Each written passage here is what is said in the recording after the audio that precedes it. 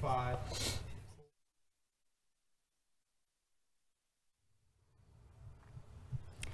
Good afternoon, UVU. Good afternoon, Wolverines. I am delighted to welcome you to the second talk with Tuminez. I am at this moment in a very exciting place, Provo Airport, Hangar B. And I'd like to begin by thanking Dean McIntyre and his colleagues and our Marketing and Communications Department for helping make all of this happen today. I'd now like to turn the time to Professor Randy Johnson to tell us a little bit about what is here in this hangar and what happens here. Professor Johnson. Thank you, President Tuminez. Well, welcome to Hangar B at the Provo Airport. And where you are now and what you see behind us are the aircraft that we use to do our flight training. So if you're interested in learning to be a pilot, this is the place to come. In fact, we're actually voted the best in the West, and we'd love to have you here. Or if you're interested in becoming an airport manager or working in the airlines, this is the place to be. So welcome, and President Tuminez, welcome. We're glad you're here. Thank you. Thank you. It's a pleasure to be here. I wanted to talk with Tuminez to have a little variety, so we will be hosting this on different campuses and highlighting different parts of UVU. So I have a special guest today. I have two special guests. The first one is our student here to my right. Would you please introduce yourself? My name is Jasmine Niutupuivaha. I'm originally from Oahu, Hawaii, a junior studying psychology. Thank you, Jasmine. Jasmine plays volleyball for UVU. Why do you play volleyball? I just love the atmosphere and the competition, and it's so fun to build new relationships with these girls. How is the season so far? It's going good. And what's the toughest thing about volleyball? I think the toughest thing has to be just trying to, everyone on our team is so talented, but just trying to put all the talents together and just have everyone working together as a team. But it's been going good so far, so I'm excited. So it's not the work of one star player, it's the work of many star players who have to put everything they know together in order to win games. Yes. What's the toughest game this season for the team? We've had a lot of dramatic games this season. That's been really fun. I think the funnest one for me at least was playing against Seattle University at home in our gym, just being down by I think almost 10 or 11 points and being able to come back and pull off a win. It was so fun and exciting for us. I was actually at that game. I nearly lost my voice from screaming, and I thought my blood pressure, would explode. So how does it feel when you're down, when you're behind 10, 11 points, and I see you guys still high-fiving one another? How does that feel? What are you thinking at that point in time? You're 10, 11 points behind. The best thing that we have to remember is just sticking together as a team and remembering that we do this every day. And so just making sure that we stick to the basics, it really helps us to work together and making sure that we focus on our side of the court and controlling what we can control. So don't get distracted. Don't get distracted by anything. Stay focused on the game. Yes. Do you have a favorite food at UVU? On campus? Yes, among the options that we have, Chick-fil-A, Guru, etc. Yes, I love all the restaurants at UVU, but I love Chick-fil-A. Okay, Chick-fil-A, there's a pitch for you. Do you want to make a pitch for more of our students, faculty, and staff to attend volleyball games? Yes. So look in the camera and invite them all. I would love if everyone could come out to our games and support us. I promise it will be a lot of fun. A good family event to attend. And bring your own pom-poms, please. Yes. So thank you very much, Jasmine. So Thank excited you. about what you do and what the team does. Thank you. And I would like to say a few things now that are happening in our athletics program. Please bear with me. There's quite a list here, and then I'll explain why I'm doing this. So men's cross country at UVU are the 2018 WAC champions. Please clap in your offices. Kevin Lynch is a cross-country individual WAC champion who is on his way to earning the WAC Men's Athlete of the Year award. Women's cross-country hasn't done too poorly either. We are second place in the WAC. And I'd like to congratulate our track and field coach, Scott Hull, who has earned the WAC Men's Coach of the Year honor. Those of you who like to golf, I don't golf. It takes too much time, but it's a great sport. Women's golf earned second at the Hobble Creek Classic, and they shot a 54-hole school record. I also want to congratulate our volleyball coach, Coach Atoa, who has just recorded his 400th career win. That's truly something to celebrate. And our freshman outside hitter, Kazna Tarafiti, is currently leading the WAC in kills and has been named the WAC Player of the Week. If I were you, I would not get in Kazna Tarafiti's way. Wrestling just defeated Rutgers, number 15, this last weekend, and they are now 21st in the rankings. And I just went to my first wrestling exhibition game recently, gained a new understanding and appreciation for the sport and how intense and difficult it is. A trio of UVU wrestlers knocked off the top 10 individually ranked opponents over the weekend in New York. Women's basketball is off to a great start, 2-1 in the season. And men's basketball opening game, exhibition game with Westminster, we won. I was there. We had a huge crowd of 4,300 fans. I'd love to see more of that kind of fandom for our athletes. And Zach Mass of the men's soccer team was recently named to the 2018 Google Cloud Academic All-District Team. So why do I talk about athletics? I didn't quite expect that I would be an athletics president when I took on this job, but I've been surprised at how much I've loved going to these games and bringing my family. And what's occurred to me is that as I watch the players on the field, I am really seeing a metaphor for life and work and education, as they're out there not getting discouraged, playing as hard as they can, getting up. And I've made it my mantra, you know, to say, live to fight another day, because I've seen games where we've won, where we've lost. And so I highlight this because what we do at UVU can get very hard, and our athletes do personify the grit and the commitment and can-do attitude that I would like all of us to have at UVU. Let me now turn to another special guest over here to my left, Professor Eric Damian. Tell us about yourself, Professor Damian. How long have you been at UVU, and where did you do your PhD? Yeah, I'm an assistant professor in the biology department, and I've been at UVU since 2015, so I'm just going into my 4th year here.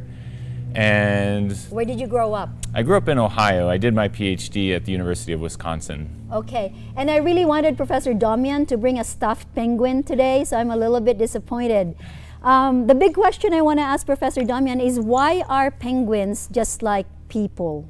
Well, kids take a lot of work, I think, and so, hey, all right. Yes, Nice. Thank you. Okay, there you go. Why are penguins just like humans?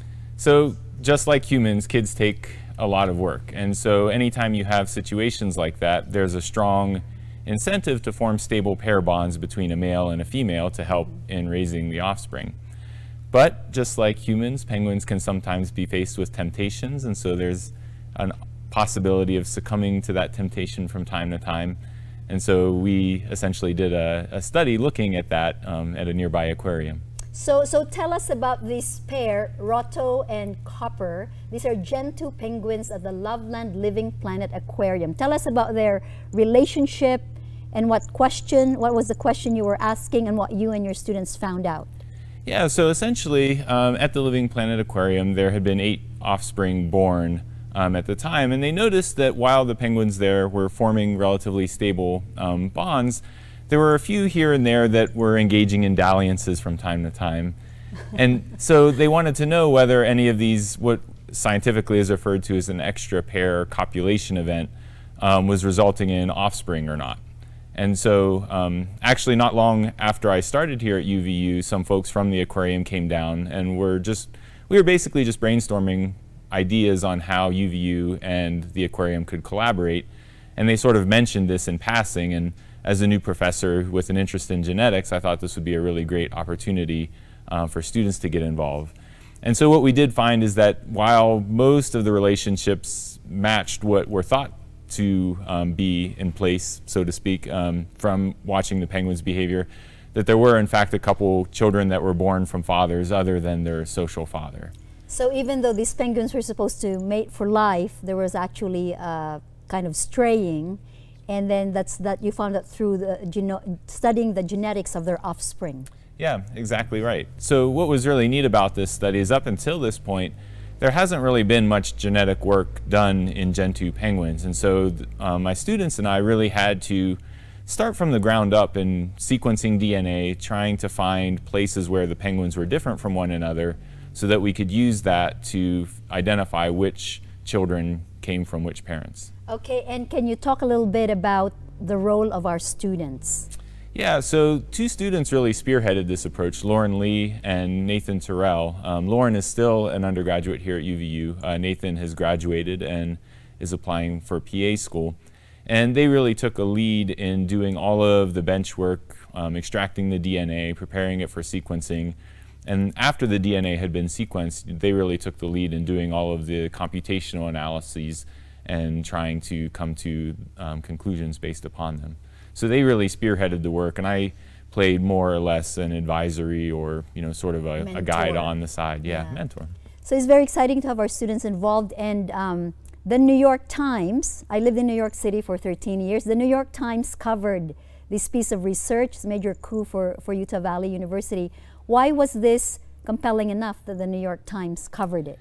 So it's important to the zoo and aquarium community so that they can maintain genetically viable populations by knowing who is related to who, essentially. Okay. I think the New York Times, penguins are a pretty charismatic organism, and sex sells, for lack of a better term. I think there was just sort of that soap opera aspect of it that really generated a lot of popular interest as well. I really love the quip from the New York Times that penguins were humans too. So thank you very much, Professor Domian. I hope that those of you who are listening today and are with us get excited by this type of work that we are doing at UVU.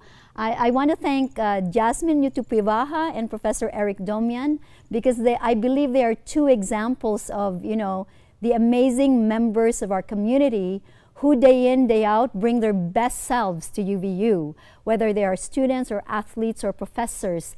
And this is the culture that I really hope we develop. I hope you are as excited as I am about folks like Jasmine and Professor Domian.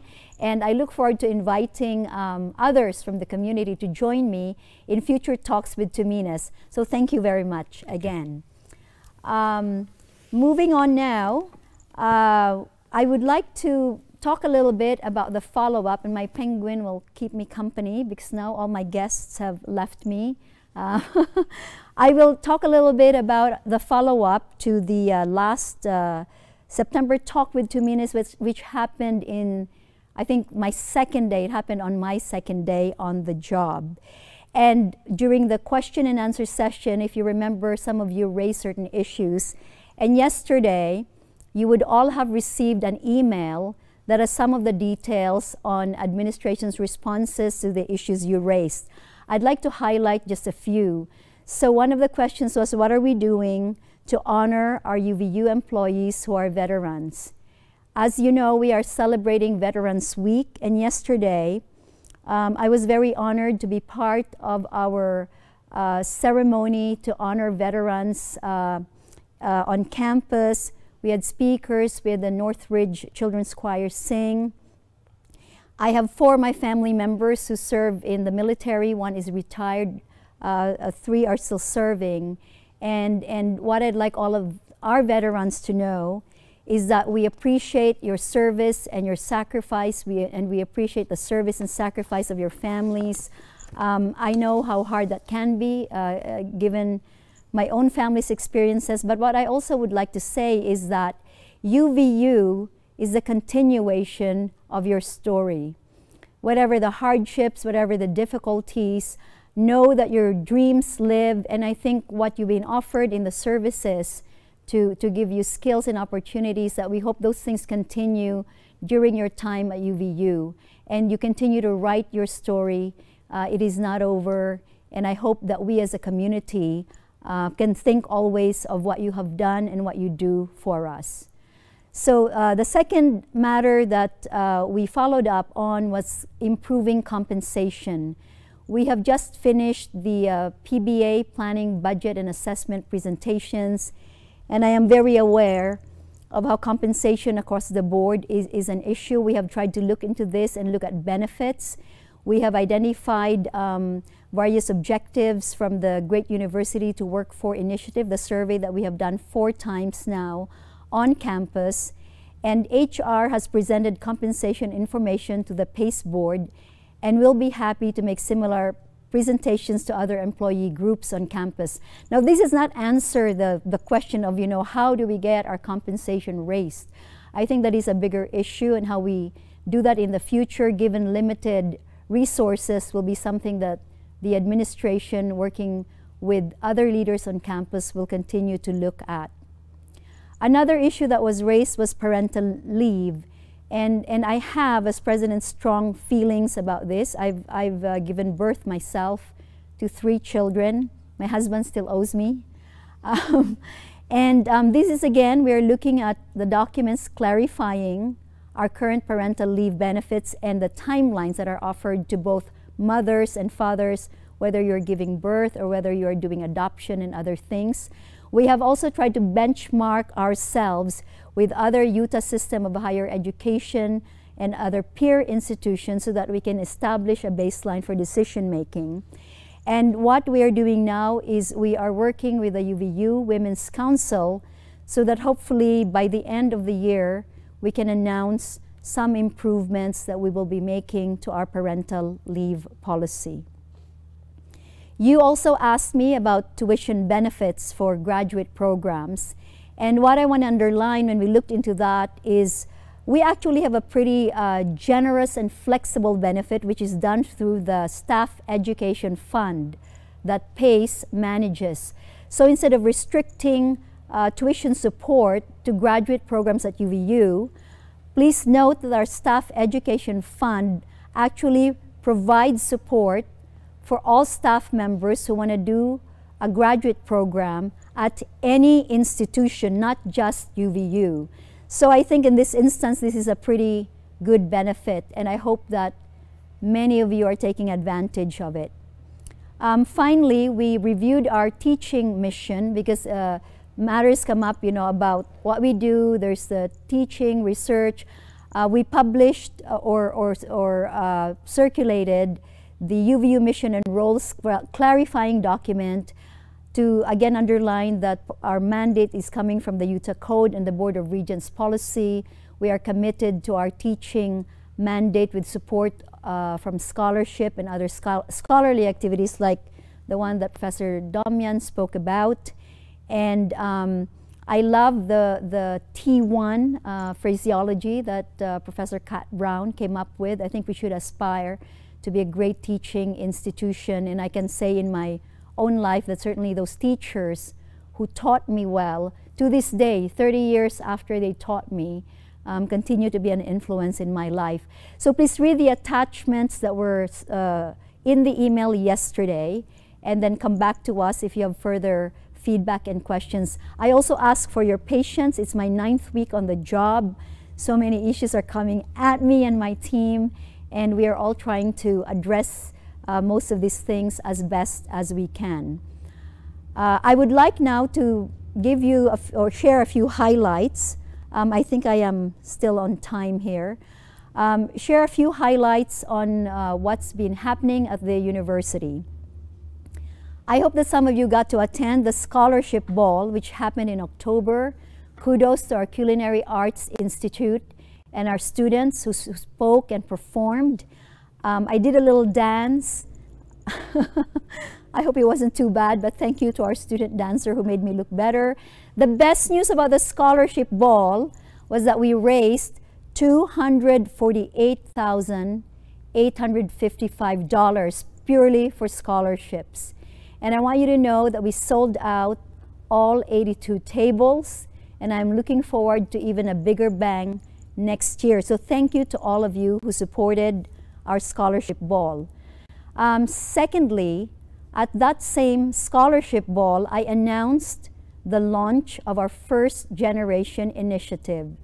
As you may know, we have 38%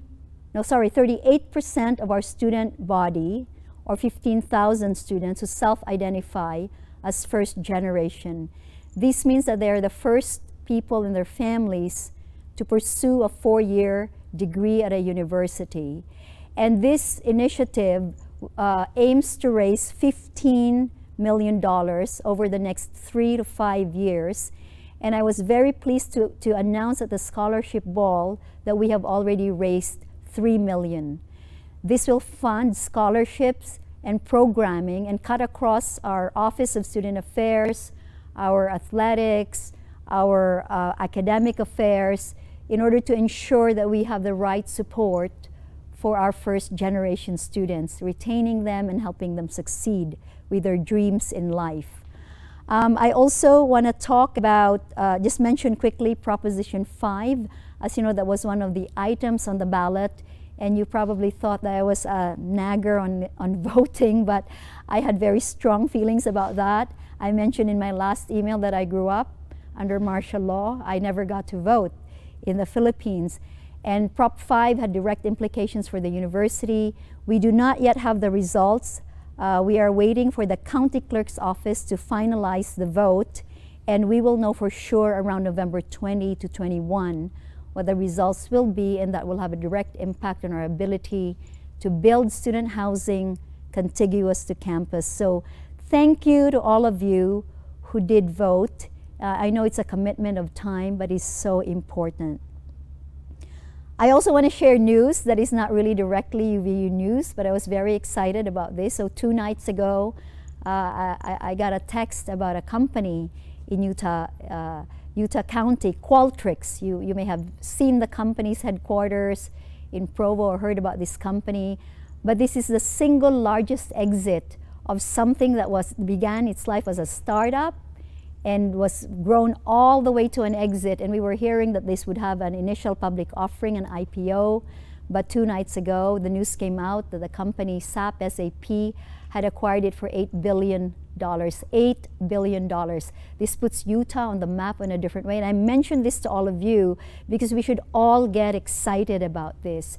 This just underlines the talent, the dynamism, the inventiveness, the can-do, the ability to compete that is right here in our backyard. So if you haven't read this news, please read it. It puts Utah in an entirely different league when it comes to startups and exits. I mean, as someone who's worked in finance, this is so impressive. So I hope that this reminds us of the power of dreams, the power of entrepreneurship, and when we commit ourselves to do great things, yes, they can be done.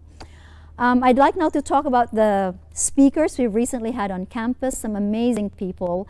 And I have an ask of all of you who are online with me today. We need more people to show up when these speakers are speaking. We need more students. We need more staff, administrators, faculty.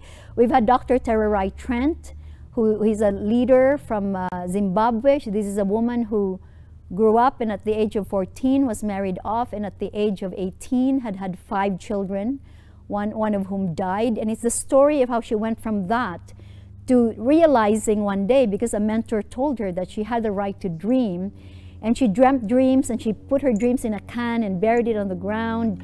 And then the dream was to complete her education and get a PhD, and she did all of that and then partnered with Oprah Winfrey to build schools in Africa. So that was an amazingly inspiring speaker. We had now Senator-elect Mitt Romney join us, as well as Saru Brearley, the young man whose story is immortalized in the movie Lion. If you have not yet seen the movie Lion, you should go and see it. He was a young kid who was lost. His brother was killed by a train, and he was lost and became a street kid, got adopted by a couple from Tasmania, and this incredible journey of how he went back and found his original family in India. We had Hyun Seo Lee, who was a defector from North Korea, and I think she was invited by our students. Again, another very inspiring speakers. And I want to now invite you to the next speaker who will be coming to campus. When is this? Terry Crews. I don't have the date, but he is the next presidential lecturer. If you are fans of the show Brooklyn I've seen this on the plane. I've seen the show Brooklyn Nine-Nine, I think. Brooklyn Nine-Nine. My 16-year-old son is a fan. So Terry is an athlete and an actor, former football player. He's an activist. He's an inspiring speaker. This is such a privilege that we can bring people like this to campus. So let's not take these privileges for granted. Please go to his talk, and we will announce later when that's going to be. And the talk will be at our new NORDA Center for the Performing Arts. Moving on, we have new senior people joining us at UVU. Our ability to recruit these talented senior individuals is critical to our success. So we have Jerry Henley, who joins us as Associate Vice President for Major Gifts and Development. I don't know how many of you appreciate this, but my job as a university president largely is to beg for money and to inspire people to be generous, because without money, we cannot fulfill our dreams, we cannot build the buildings we need, we cannot implement the new academic programs, we cannot buy new airplanes. And so our new Associate Vice President for Major Gifts and Development, Jerry Henley, will play an important role in the growth and development of this university.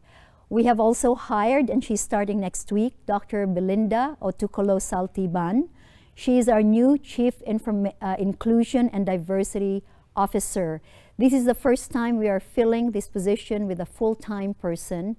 And Dr. Saltiban will be working with people across campus. She doesn't have a massive staff. All she has is an intern, but she will be working with a 36-member committee that promotes inclusion, the best practice in inclusion and diversity across campuses. So I would like to ask all of us to support what she's doing. And I would like also to encourage everybody to register for the upcoming sessions of UVU's Foundations of Inclusion workshop. Part of what attracted me to UVU when I looked at its website as I was applying for the presidency is the ways that we define inclusion. Yes, ethnicity, religion, race, gender, etc., but we also talk about mental health, socioeconomic background, global versus local exposure, and I think these ways that we define diversity is really so cutting edge. So please sign up. It's voluntary for the UVU Foundations of Inclusion workshops. You will get an email with more information on how to register for this.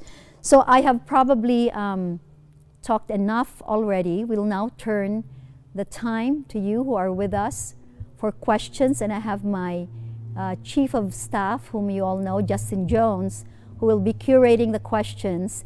Justin has a microphone, and he will simply say those questions. I will hear them, you will hear them, and I'll do my best to answer them.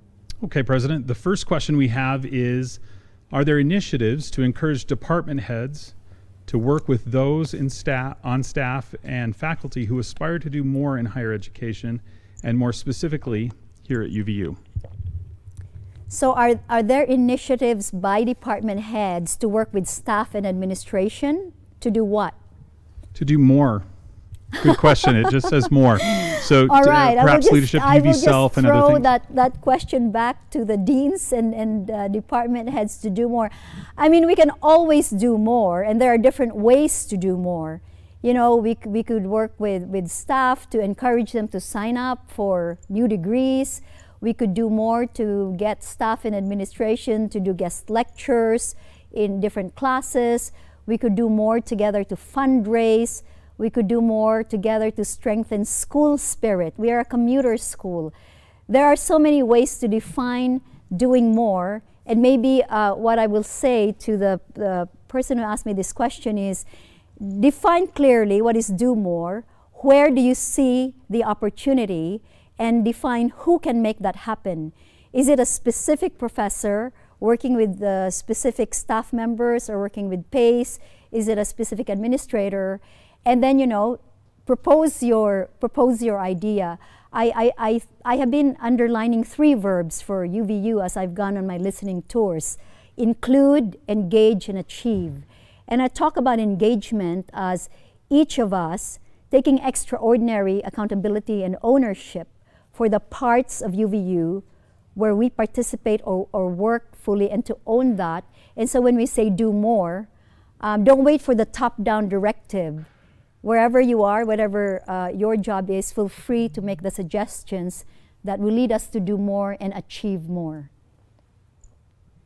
Excellent. Thank you, President. A post that is suggested that they're concerned that perhaps you may not be yet familiar with our advising paradigm and the structure at UVU. How can this person, as an academic advisor, help better inform you, President, on decisions as it relates to UVU's academic advising? So that's probably correct that I'm not, an expert on our entire advising structure, although I have heard many comments about advising from students, including my own niece, who is a student at UVU. I've heard comments from faculty, from academic affairs, from deans whom I visited during my listening tour, which is still ongoing. And I think that one of the key challenges from my initial observations is the, the ratio, just the ratio of one advisor versus so many students. And I understand that the needs of our students are very diverse. We have students who come to UVU more than prepared to compete at any level. And then we have the gamut of people, returning after they've raised children or having gotten a divorce, to people who don't even want a degree. They want non-credit programs or non-degree certificates.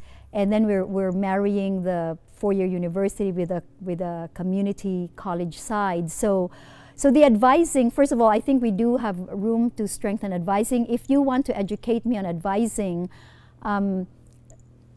let me know, and maybe there is someone at academic affairs or the community outreach side, where people can tell me more. I'm certainly willing to learn.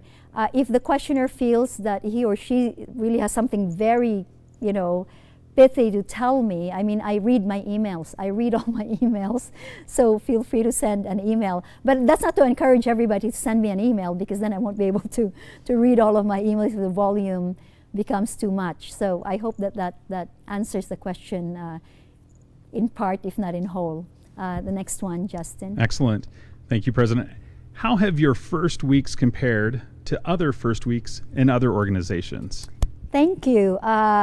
So I have made kind of very, very big transitions in my career.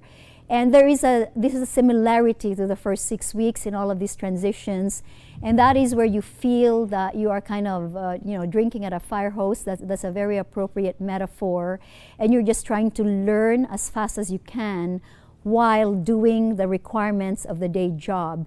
And so that's no surprise to me at all. And what's different, I think, is that UVU, my exhaustion or my being tired is of a very positive variety. And the reason for that is I feel energized by the people that I meet and work with every single day. My identity, my heart and soul, I think, are very academic, because I have loved nothing more than, living in Cambridge, Massachusetts for 7 years and having thousands of professors around me and thousands of events, lectures, athletics, seminars, etc.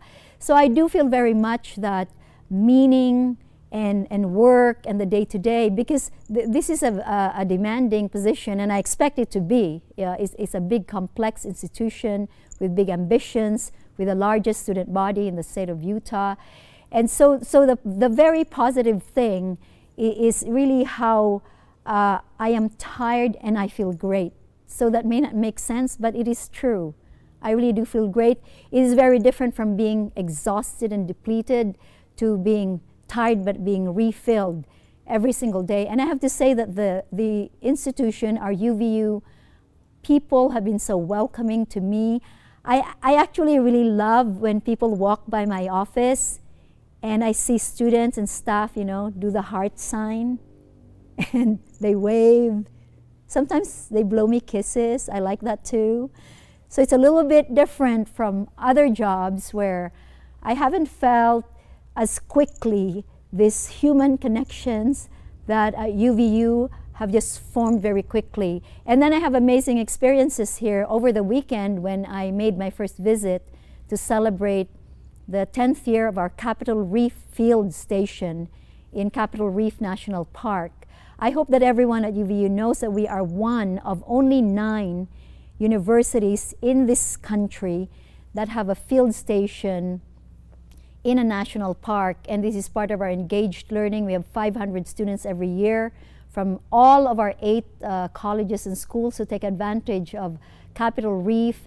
And it was an evening of, literally looking at Saturn and Mars and the Andromeda Galaxy, which I learned was 3 million light years away. And then the next morning, listening to lectures and music. How inspiring and how wonderful. This is why I'm at UVU, and this is why you are at UVU. So, no big surprises. Again, I expect the first 6 months to be incredibly intense. I expect to get smarter at my job. I don't feel that today. I don't feel that I can say that, here's exactly where UVU should go. Here's exactly our areas of growth. But I can promise all of you and assure you that I am listening, and I'm learning, and I'm putting all of my, focus and concentration, because we have big things to do at this university. Excellent, President. Thank you. A texter is asking, would you please talk more about the UVU Women's Council that you mentioned? There are probably people who are better equipped to answer that. So at UVU, we have many women things. And so my understanding, and I will get more accurate information later if this isn't correct, is that the UVU Women's Council is the one place where we have, the Women's Success Center, the Women's Leadership Project, all the different parts that look specifically at the journey of our women students in terms of enrolling, retaining them, helping them graduate, looking at, how things like daycare, scholarships, and everything can help our women succeed. I think the UVU Women's Council is this amalgamation of the different parts of the university that work on similar issues, and where they discuss where the synergies are, what the priorities are going to be, how people work together. I'm hearing an airplane now in the background, which people might catch, but I hope that's not drowning out my voice. And so that's what I know of our UVU Women's Council, and I understand that that has helped in clarifying goals and what we do, and helping us become more effective. So if there is more information on the Women's Council that I haven't particularly mastered or articulated, we can send that to you later. Excellent. President, the next question they ask, could UVU look at adding other medical insurance options other than UMR to our options as employees? So I am definitely not equipped to answer that question. UMR, I am also, I have that insurance, and we'll get back to you on that one. Thank you, President. I'd like to see the PBA process evolve. Is this possible, particularly less centralized control of funds with larger departmental budgets to address the needs of our students? Is that a possibility? So this is my first PBA process, and I have learned a lot. It's a lot of detail as well. And I think with processes like this, one thing we should remember is we are probably one of the more transparent institutions of higher education, that everybody's invited to these meetings.